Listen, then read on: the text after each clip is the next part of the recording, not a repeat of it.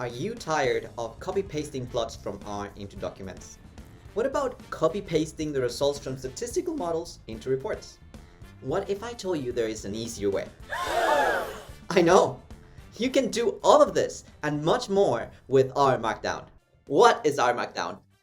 R Markdown is a framework that allows you to combine text, R code, and the output of that code into a single .rmd file. This can then be compiled to create a document format of your choosing. There is a lot of things you can do with R Markdown.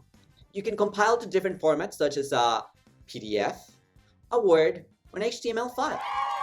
You can make slides for presentations, write journal articles, and even write books with multiple chapters. You can create notebooks in which you can directly run chunks of code interactively. Wow. Moreover, you can build interactive documents or dashboards. Why R Markdown? Well, R Markdown is great for data analysis. It makes your work easier by reducing copy-pasting of results into documents. It also makes updating your document an effortless job when you get new data or when you perform more analysis to include in your document.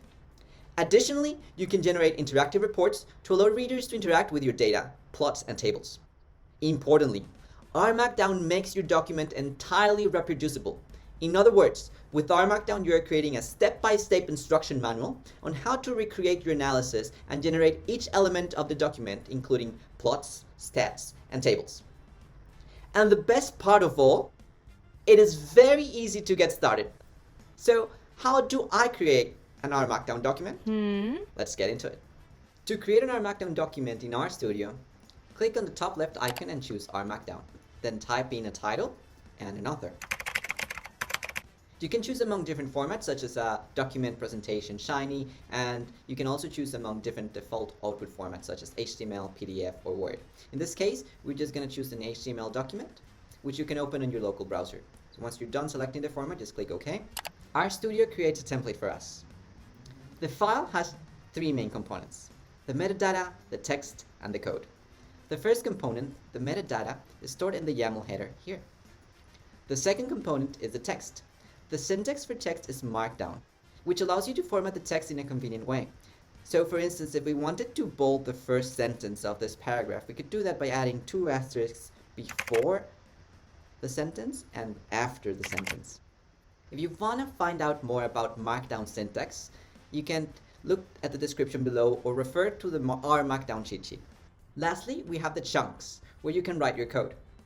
The chunks are these sections surrounded by 3 backticks.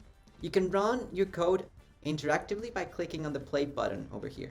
The output of the code will show just underneath the chunk.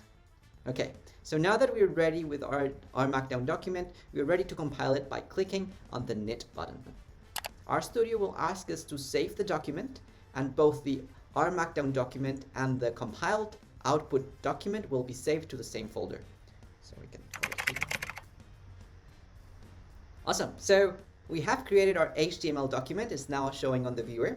And if you want to see it on your local browser, you can just go to this icon and click on it, and it will show up on your default browser. Like that, with both text. And that's it. You're ready to get started with R Markdown. Yes, indeed. Where can you go from here? If you want to learn more, you can find a list of resources in the description. I highly recommend R Markdown, the Definite Guide, and the R Markdown cheat sheet. So, hope you get started.